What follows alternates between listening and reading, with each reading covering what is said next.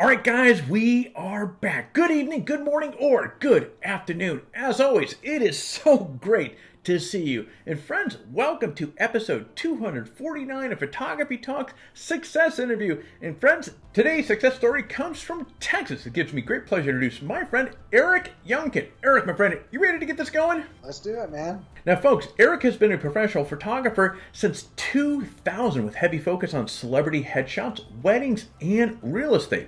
Now, Eric, I've given our listeners just a taste of what you and I are going to be talking about. Before we dive into these questions, can you take a moment, share with our listeners a little bit more about yourself? Well, my name is Eric Younkin. I am a professional photographer.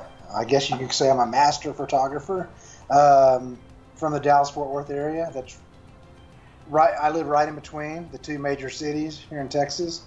I started early 2000. My dad was a photographer. I started as a musician. My first career was guitar player, singer, songwriter. I had a record contract, lived in LA, did all that stuff, and loved it, but the money wasn't good, so I had to put my creativity into something else, and that's when I got my degree in photography, went back to school, buckled down. My wife popped out a few babies, and I got serious about my life and became a professional photographer. Wow, very good. Now, I had to bite on this one right here. You've shot a number of celebrities, correct? Can you name drop a few? Well, I worked with Terry Crews. I shot Ron White, his wedding. I'm not sure if you're familiar with him. Oh, he's one of the best comedians. Not exaggeration. I have a handful of his albums on my phone, so yeah, I listen to a lot. You've got to have a hilarious or interesting story from that. Well, I will say this. His persona is real. You know, the cigar, the whiskey, the drink, whatever it may be. One of the funny stories about that was when he was doing the cake cutting. Usually, it's a little more tame at a wedding. You might have it's usually quiet. He wanted AC/DC blaring when he was cutting his cake, and Ron was banging that blonde hair up and down. I mean, he was cutting the cake and banging that knife into the cake. It was the funniest thing, and it was Highway to Hell of all songs, right? That is hilarious. So that was playing. He was banging his head and messing his cake up, and I'm like, this is probably a $5,000 cake, so. No, he's out in Texas someplace as well, is he not? He lives in LA, but he had I believe he had a home in Austin at one point. Yeah. I'm not real sure about that. Oh, very cool. Eric, we're about to jump into your journey as a photographer. To get the ball going, what has you most excited about the photography industry today? Well, it's an interesting question considering that we're in the pandemic, or hopefully coming to a better spot of that. I would say for the future, I think that maybe because we've been suppressed so much from doing normal things like going to gyms, going out to eat, things of that nature, that memories are going to be even more important in the future. I think maybe what we've been going through is going to lend more credence to preserving memories in the future. I'm excited about where it might go in terms of after we get through all this negativity, I like to call it. So, but we'll see. I mean, there's always new equipment and new innovation that comes out that keeps me on my toes personally. It's easy to get set in your ways, but with all the new technology, I'm enjoying adapting new things into my repertoire, so to speak. All right, Eric, great answer. Now, you've seen some of these interviews before, so you know exactly where we're going to go right now. You and I are going to we're going to jump into the Wayback Machine, rather. We're going to go back to the very day, the very morning when you picked up a camera for the very first time. Eric, what was the original inspiration for doing so? Well, honestly, I think it was my father, because growing up, he was always reading photographic magazines, buying different equipment. He was a really good film photographer. He didn't do it professionally, but he was always photographing my mother, with flowers in her hair. He was doing double exposures of me. He would take, with film, you could take a shot and then you could move the film and do another shot, double exposure on the same exact print. So when it was printed, he'd have me like giving myself high fives and things of that nature. Like I'd be like this, and then on the other shot I'd be like this. and so I saw some cool stuff, tricks that he would do just as a hobbyist. So it was always in my blood, and just I was always excited about the art form. Tell us about the first photo that you took that validated your interest as a photographer. That's a good question. I have to think that back in the 90s, I took a photograph. I had a really pretty girlfriend, and I put her in the bathtub, covered her with bubbles, and we were just having fun. I wasn't even an aspiring photographer yet, but I had a digital camera, one of the first ones and I think it was made by Olympus, if I remember correctly. Maybe it was right before I started to become a professional, or want to be, or aspire to be. And I covered her in bubbles and flowers and had fun and took these pictures. And I just thought they were just for fun, but I ended up showing them to one of my friends who was a good photographer, actually. And that's what he was majoring in. And he goes, "Dude, these pictures are incredible." I said, "What do you mean?" He goes, "Your composition." He goes, "You don't just," he basically dissected it and said, "You don't just take photos like that with that kind of composition without having talent." I said, "Well, I was just goofing off, And he made me feel really good about, wow, okay. And so I started taking more and more pictures and showing them to him, and his analysis on them was always like, "Dude, you've got a natural eye that's unbelievable." So, being a creative guy and a musician and a songwriter, I said, "Well, that might be true. Maybe I've got a skill to do this." And I think that's what kind of gave me an interest and validated my inspiration to start. But what validates it today, which is a different subject, is just the fact that I'm able to do what I love and make money and make a good living and put my kids through college and things of that nature. A matter of fact, Alex, a photo that comes to mind in particular, I did a wedding for a very old war veteran. I believe it was World War II even. He was very old. And he ended up being separated from the love of his life and during the war. And they ended up meeting in their 90s. And they ended up tying the knot. And I got to shoot that wedding. And I didn't realize it, but when he was shooting the garter back, he wanted to do the garter toss. I got a really great image of him, and you can see all the lines in his face, obviously, and the expression of just pure joy. The story that picture tells, at least for me, I knew the story, but I think it's very powerful, and we'll get into this more later. But this is why I've always loved the art of photography, still photography, as opposed to the art of video. Even though I appreciate video skills, I think a great photographer who can find that moment, embellish upon it, tell it, frame it, light it, and get that moment, that skill is very valuable. And I think that you can't tell a story in video like you can a still picture, in my opinion. So, rather than just having those moments when you first got started that validated your interest in photography, these experiences have followed you through your journey, where you're, if I'm understanding you correctly, you're getting this revalidation on a regular basis through your work, even present day. 100%. I mean, that's awesome. You have to appreciate. I mean, that's, I think, everybody's dream, right? I mean, is to find something you really enjoy and you can make a living. That way, it feels like you're not really working that much. I think the only time I feel like I'm working is when I do a 12-hour wedding like I did last weekend, because the bride had to have me there all day. And I mean, I will admit, by the reception, I was about midway, about 10 o'clock. We still had a couple hours left.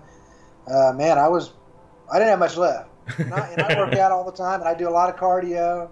I mean, I do everything I can to keep, make that heart strong. But man, that mental fatigue is real. Back when you were first starting out, what was one of the biggest challenges that you had, Eric, and how did you overcome that? I think one of the biggest challenges I had was I put a lot of pressure on myself to be technically proficient as far as things like, shutter speeds, the relationships of the shutter speed and the aperture and the ISOs and the ASA, right?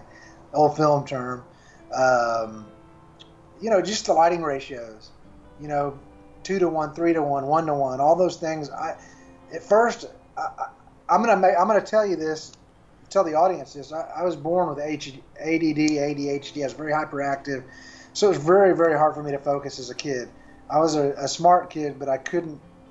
Like we all know what ADD is. A lot of people have it, but mine was so bad that if somebody came up and sharpened a pencil while I was trying to do my homework at school or do an assignment, my brain would just fizzle out. I couldn't even get back to what I was doing just because I heard a pencil sharpener. So that deficiency that I had as a kid actually benefited me, though, because as an adult I see everything in a room. Everything screams at me. So when I walk into a venue, for an example, I see everything, and everything's yelling at me, basically.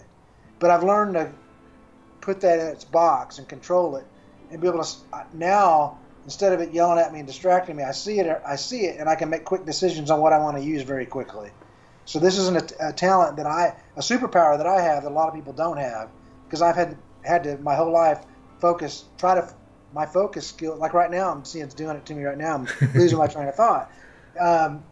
I have to work really hard to maintain focus. But by having to work on that skill, I've unlocked a lot of things that have made me a great photographer. What do you enjoy photographing the most? I would have to say headshots, because there's elements in being a good headshot photographer that a lot of people lose. I think one of those is body posturing. I mean, I do a lot of actors. We talked about celebrities, things of that nature. And I can even show you, for an example. I mean, a lot of people just say, okay, sit on your stool, face me, they're here. So what I'll do is I'll work on body posturing. We'll lean sideways. We'll have the back arm, for example. I know you can't see it right now, but it'll go to the leg that faces the camera. We'll turn our torso a certain angle. Our shoulder will go back. Our neck will be at a certain line. So not to get confusing here, but all those elements with the angles of your body, your neck, can create certain lines that give off a certain energy in a photograph, especially a headshot. Even if it's from here up, you still get those elements in that posture of the human body that you can see from that positioning that I put you in. And it's gonna greatly differ depending on who you're shooting. Obviously, if it's somebody who's larger and like you have, good sized muscles, things of that nature, posturing is going to be completely different. I might have you lean in toward the camera to welcome the audience to you. Instead of just sitting back, I might have you lean in, because that's going to give a perceived angle of a welcoming environment, if that makes sense. I'm looking for the words, but I think you understand what I'm saying. So headshot photography, I think there's so much more to it than what people understand. So I start with body posturing before every headshot photo session. Explain to them. I even give tutorials on how, here's what I do, here's what I'm going to ask you to do these things, and I go over it. And then obviously the eyes are the window to the soul. We talk, we laugh. I try to find out beforehand what they're interested in. If they're into Notre Dame, for example, I talk about Notre Dame. I talk about football. And we get them down, stripped down to where they're a total open book, and we're just chilling like good friends. Once they're there and they're in the body posturing part of things, then I already have my lights set, if I'm using lights or ambient, whatever it is, for reflectors, and I'm ready to go. And most of my headshot shoots, I'm doing different lighting schemes, some with lighting, some without lighting, and I'm going back and forth. I will do some very wide 85 millimeter aperture shots, 1-2 millimeter, really close, straight on, where there's no head movement whatsoever. So everything's on a parallel plane to the mirror, basically, to the lens, to the sensor. So yeah, so I know I get off on tangents, but I'm just sitting back here. I'm like, oh, that's kind of leaning in a little bit and absorbing what you're talking about here. And of course, for the viewers, this is just advice gold that you're passing on. Tell us about something with your photography that, Eric, nobody knows about. I think a quick story I can give you is right when I got into this business, or I got serious about entering this business, I had an idea to use, I think it was like Wink Flash or Shutterfly, one of these photo companies, to print a cheap book of my work. And the only thing I had at this point was some photo assignments I did for the New York Institute, where I got a degree from. I had some photo assignments, and I printed those. And then I had some theater shots. I shot live theater a lot when I first started.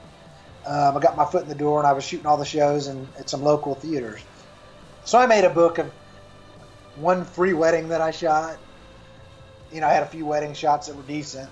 They weren't great. And I went to studios and knocked on their doors, basically, and said, hey, I'm Eric Younkin. I'm a photographer. I'm looking for a studio to lend my talents to. I've been around a while, and I'm a musician. I marketed bands for a long time. I know how to market. So I was like, I think I can make your studio better. I didn't even know what kind of work they had, but that's just the kind of confidence that I had. Took my book in and said, look at my work if you need me. I think I got a lot to offer. I have my own business. I let them know I had my own business, but I need some more work. Work's a little slow at times. Let me know. And I sold them on me, basically. You know, we just shooting the breeze. And I ended up becoming a lead photographer for one of the biggest studios in my area overnight. They liked my work that I showed them and gave me the first couple gigs the next week when I got hired. And they were in love with what I did. But I'll tell you what, I wasn't really prepared for it. You know, I was still kind of learning a lot of things about studio lighting at that time.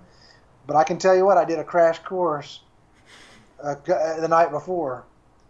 You know, and I ordered a bunch of equipment that I didn't have money to pay for. I ended up getting a loan. It's one thing I can tell a lot of people striving to get into this business. And if you have to take out a loan, if you can get a loan, if you got good enough credit, go do it. Get yourself $5,000 worth of lights, even $1,500 worth of lights. I think I got a $3,500 loan and bought a bunch of lights and stands and radio triggers, and the rest is history, man. It was the best investment I ever made. Well, one of the things that you bring up here, Eric, that I'm going to just kind of loop back around to, it's one of those pieces, one of those elements that a lot of folks, not just photographers, a lot of people, you know, kind of look past. And I want to bring it to the front here, and that is you're talking about going into something with confidence, determination.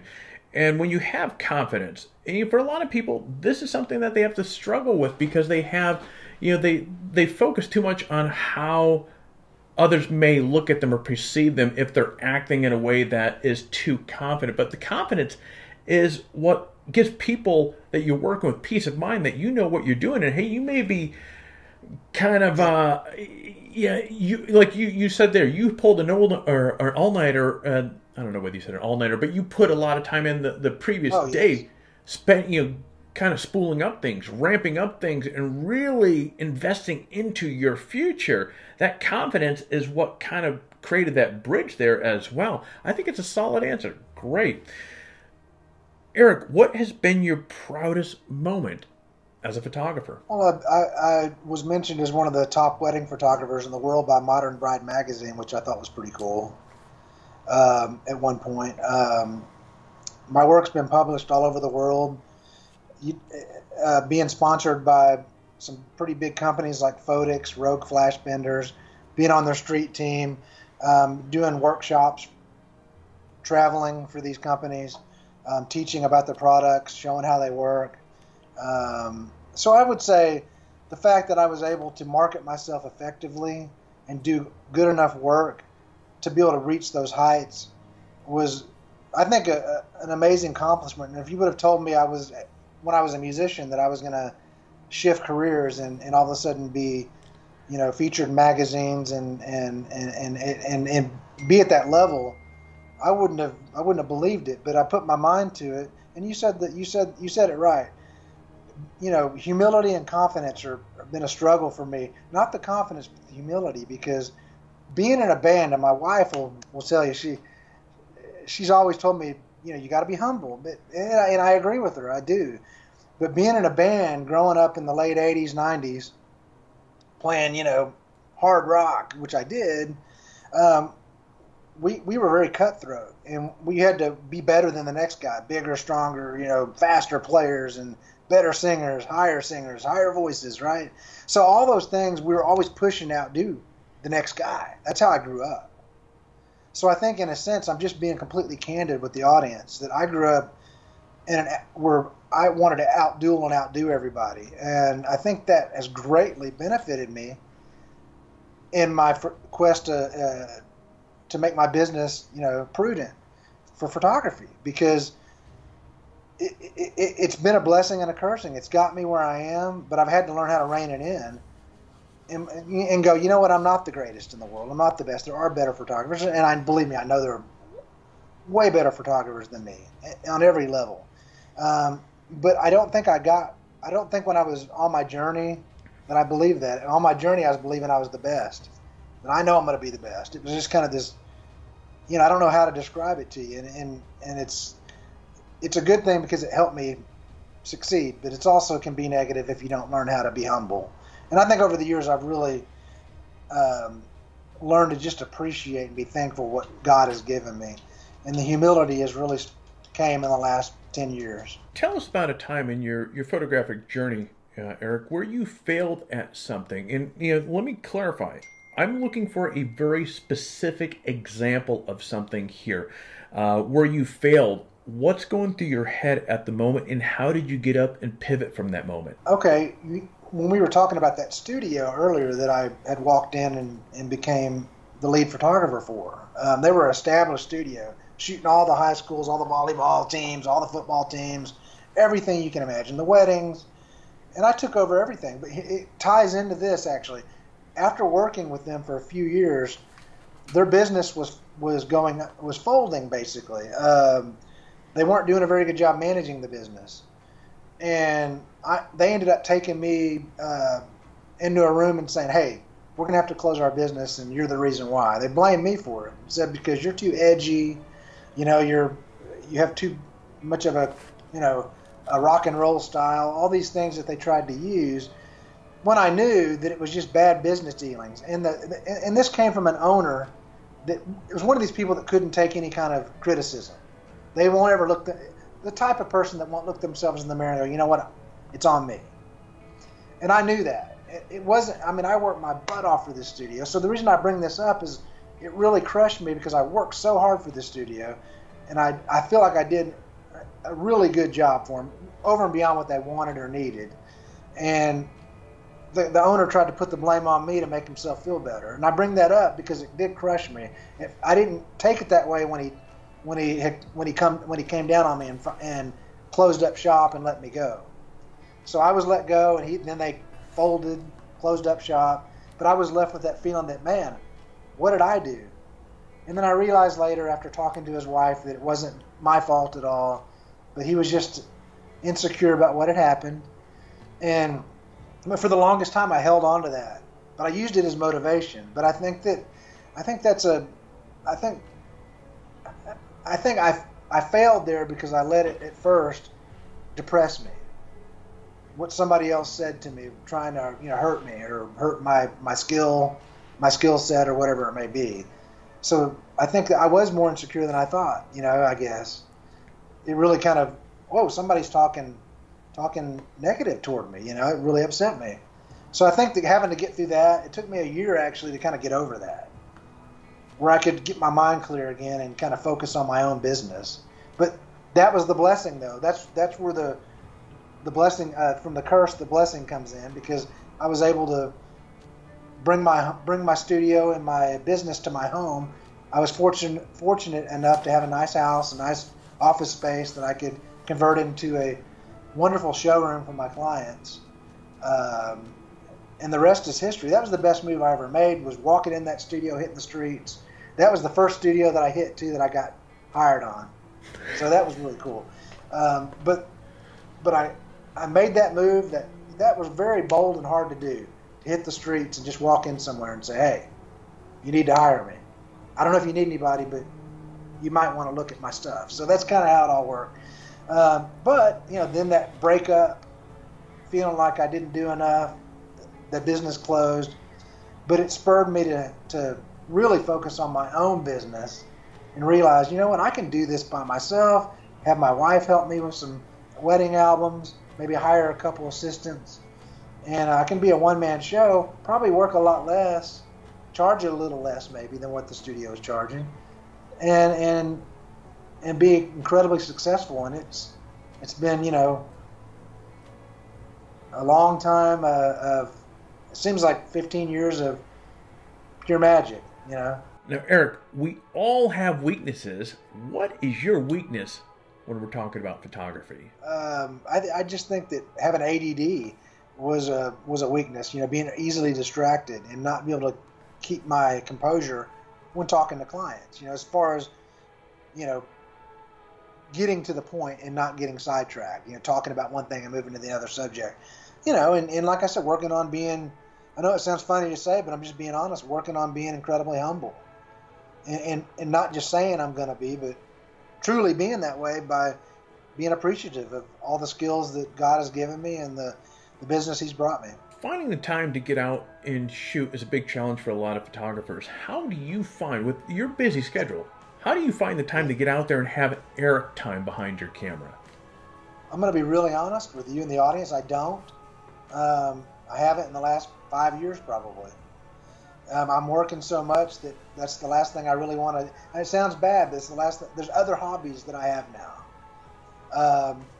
When I go on vacation, sometimes I'll get the bug and set up my tripod and do some slow shutter speed water shots.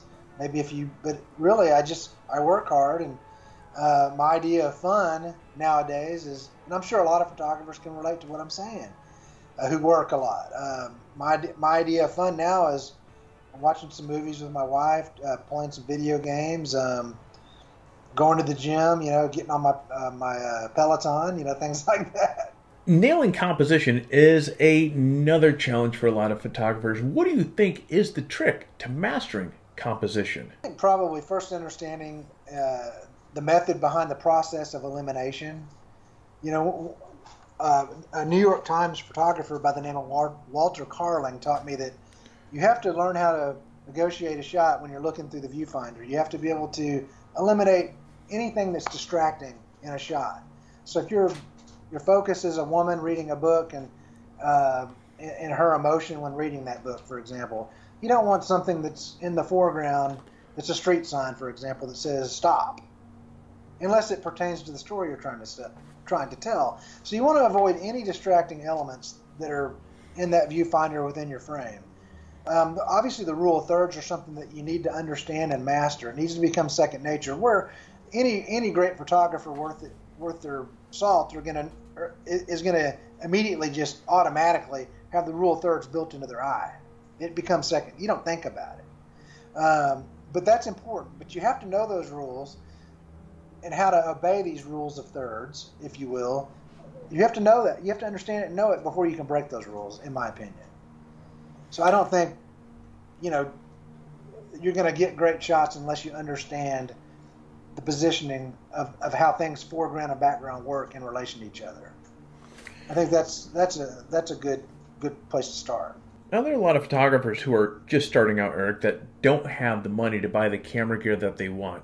What advice can you give to them? I would say that if you have a camera phone, that's a good place to start. I mean, let's be honest. And I think it seems like a generic answer, but that's a place where you can work on composition and the things we discussed earlier. You can even work on the art of lighting. All you need is a flashlight. I mean, I can't tell you the times that I've had a flashlight, held it out, in my room, and seeing how it affects shadows on the wall.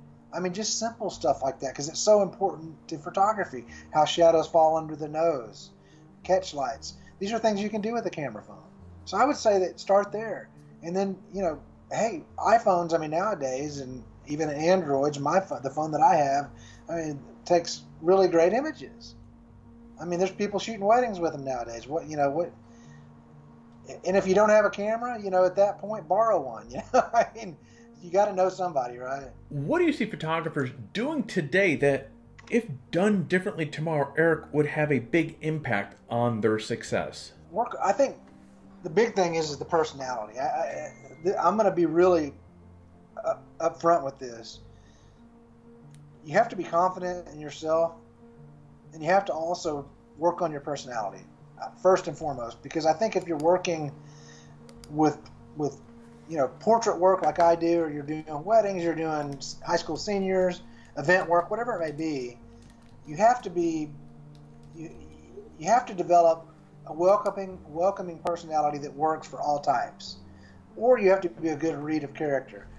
So if you're working with somebody who's very conservative by nature, you've got to bring out that more conservative side too. And if you don't have one, you better find one, right? So, and I've learned that over the years, and I think that was something I was naturally pretty good at. My dad was a salesman, and so I learned how to sell myself, as we discussed earlier. So, and if I have somebody who's edgy, who's like, young couple that's, into rock and roll or into country music, I find that country side, I find that rock and roll side that I've got, and I make it work for me. But I don't think it's being dishonest, but I think that you have to be able to be a little bit of a chameleon. You have to be able to, kind of shift around to kind of get people comfortable. I think that's the one thing that I think that would be the most important aspect for people getting into photography, or photographers to think about, is if you don't have a great personality, man, work on it, figure it out. What makes you what makes you unique, what makes you special. We all are born with special gifts and special, things about us. We need to be able to broadcast that in a way that people can comprehend it and enjoy it. To get your creative eye focused, where do you draw your inspiration from? Honestly, I just get lost in the moments. I mean, the moments and the things that are going on in front of me are what gets me in the mood or gets my creative eye focused. It's the body, the soul, the mind. I mean, when I'm working and moving, and it's all in the shoulders too. I mean, sometimes I feel like my shoulders are tensing up, right? When I'm holding my camera. A lot of times at weddings this happens, and I go, man, I've got to shake it out, and that helps me, when my body's relaxed and I take a deep breath, I'm able to move on to a higher level just from simple breathing techniques. It's called Ujjayi breathing in yoga. So, long, regular inhales to longer exhales, and so all these things help. I mean, to get my creative eye focused. What is your best photography related tip? Mainly to stay on top of the trends. I'll give you a good example. I've been known all these years for doing incredibly colorful, contrasty, powerful compositions, even when they're just moments of, a bride taking a drink of her champagne. I somehow have found a way to put a light behind her and give her a 45-degree kicker light and make it look like it's something shot in a magazine. Well, I'm finding out now with Instagram that a lot of my brides are looking at my images going, well, I was hoping these would be more desaturated, or they don't use desaturated as a term, but they want that Instagram look, right? I mean, you know what I'm talking about. They're faded, very faded shots. And if I'm being completely honest, I'm speaking to photographers here mostly, it doesn't look very good. It's not. It's just not. I'm going to give my honest assessment here. But the brides see it on Instagram. They think it looks good. It evens their skin out. It's very grainy. You can't see the imperfections as much. It's basically a desaturated shot is all it is. With color, desaturated color, with a hint of color in there and a lot of grain typically. This is not how I want to, showcase my work. But it seems like this is more and more happening, so I'm having to reevaluate how I go about, marketing myself online, as well as how I'm going to post-process the images. So I've had to redo images recently because the bride didn't like the way that they were processed because it was too overdone, as she put it. She wanted them all very muted, very Instagrammy, if you will.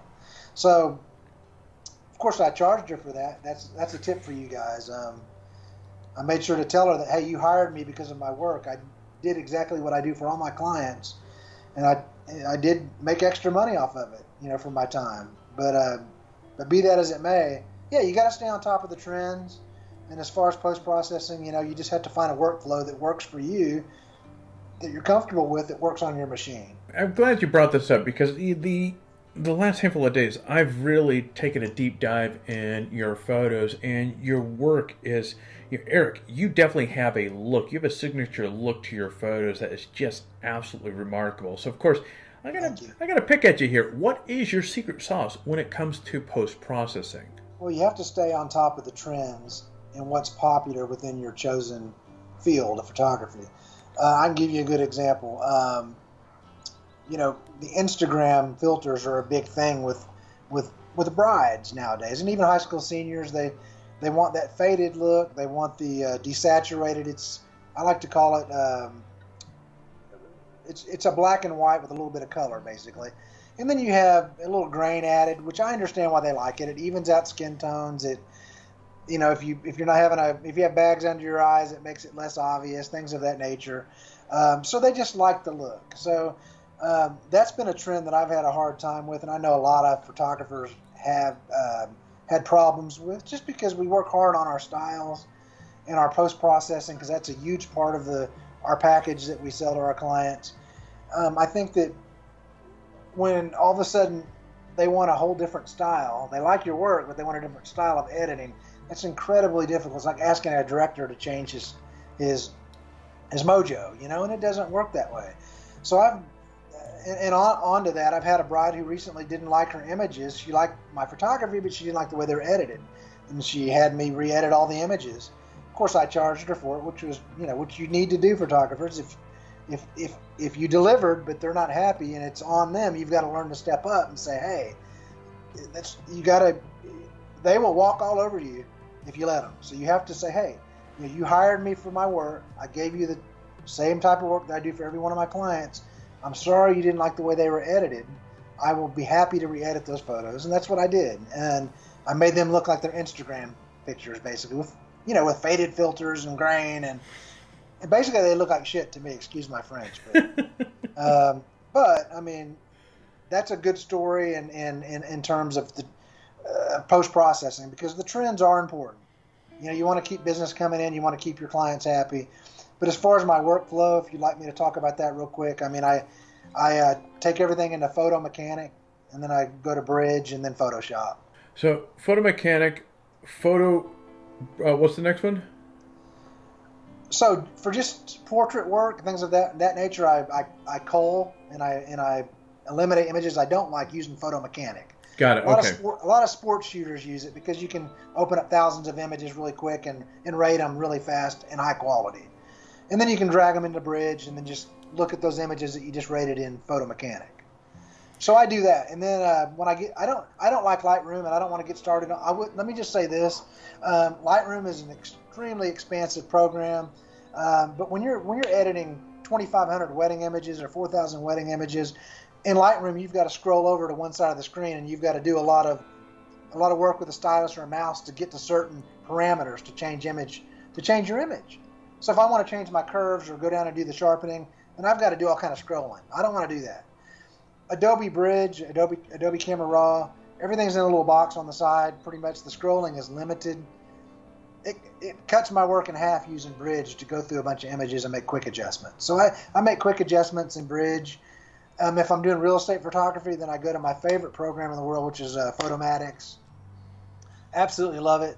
And I do multiple exposures. Obviously, I shoot 5 to 7 exposures when I do real estate typically, even indoors for interiors.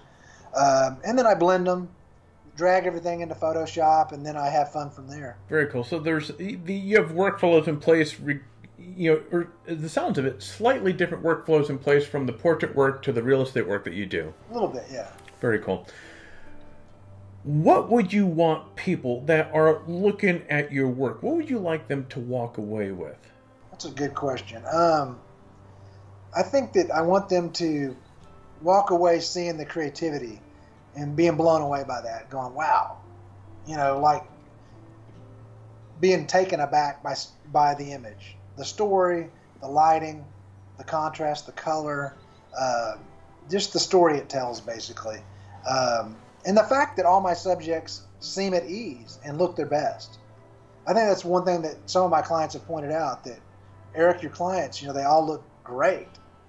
And let's be honest, sometimes we have some some larger brides too, larger clients, and I've learned to use angles. We all know the old step ladder rule. Get up a little higher, things of that nature. But there's a lot of things you can do with lighting, like short and flat lighting. Lighting the short side of the face, lighting the wide side of the face.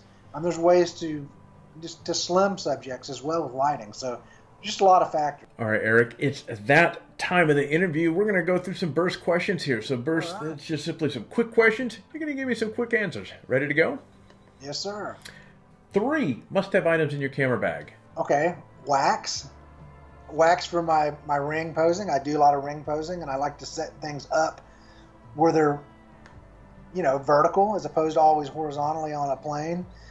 So I'll put little pieces of wax on them, stick them up on a flower, stick them in the cake. I'll do all kind of crazy stuff. With the cake, I don't need wax, but I use wax for a lot of things. For product photography as well.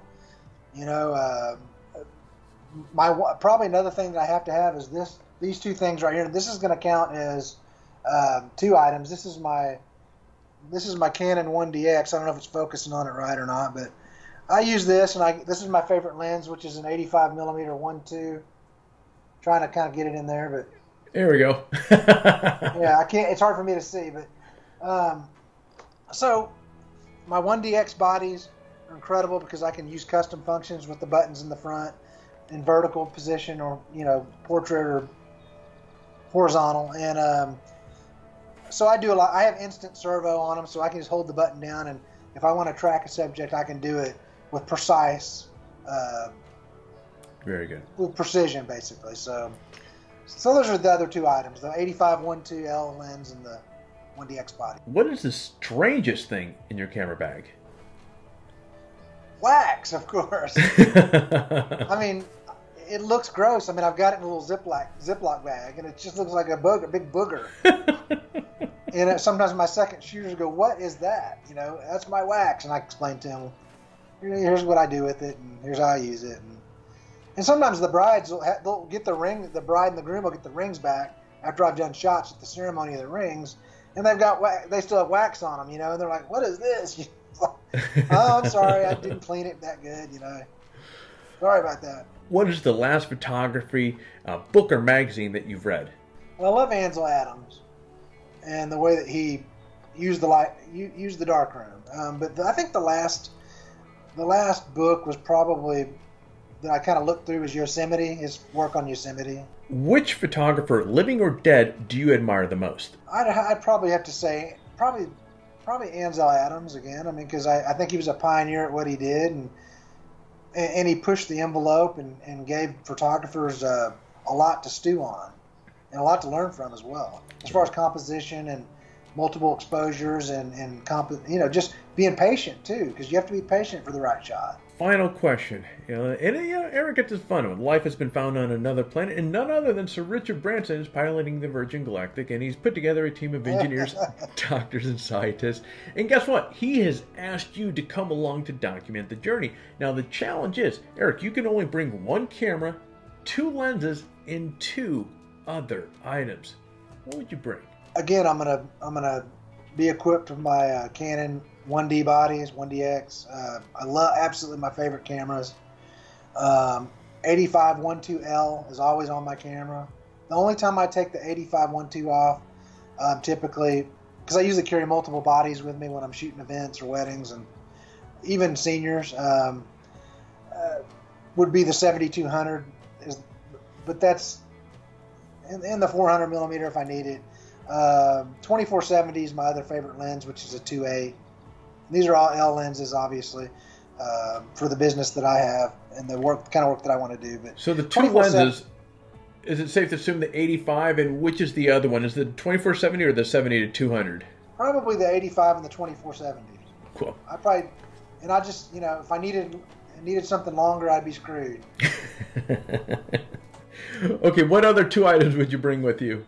Well, then I'd probably bring the 70-200. Then maybe an extender. Bring it up to 800 millimeters or wherever, just in case I needed to get, an alien from a distance or something crazy, right? Probably the other item would be, definitely a flash, in a trigger. I use some Indras that Photics had sent me. I could show you the light. It's really cool. It's basically like a ProPhoto light, the same type of system with the battery pack and the fast recycles speeds. Very powerful light. I would bring that because it's got the trigger built in it, the receiver built in it. So Eric, what a journey that you've had. Now, as a token of our gratitude for you coming onto the show and sharing your story, my friend, we have a 16 by 24 inch canvas print for you from our friends over at Canvas HQ. Now, Canvas HQ was crowned Best Canvas Company 2019 and 20, and they provide ultra high quality handmade canvas prints for Bentley, Ralph Lauren, Bon Appetit magazine, and plenty more. I have prints all over my house from these guys, and they do a great job. Do you know what print you're going to use, or what photo you're going to use, or have printed rather? I've got a couple that I'm kind of thinking about that might be great for that. Maybe the shot I did for the Bass Hall, which is a bride in front of the seats in the theater, showing the openness of the room. That might be a really good one, and it's one that they use all over town. That I've been, I've got a lot of street cred on that one, basically.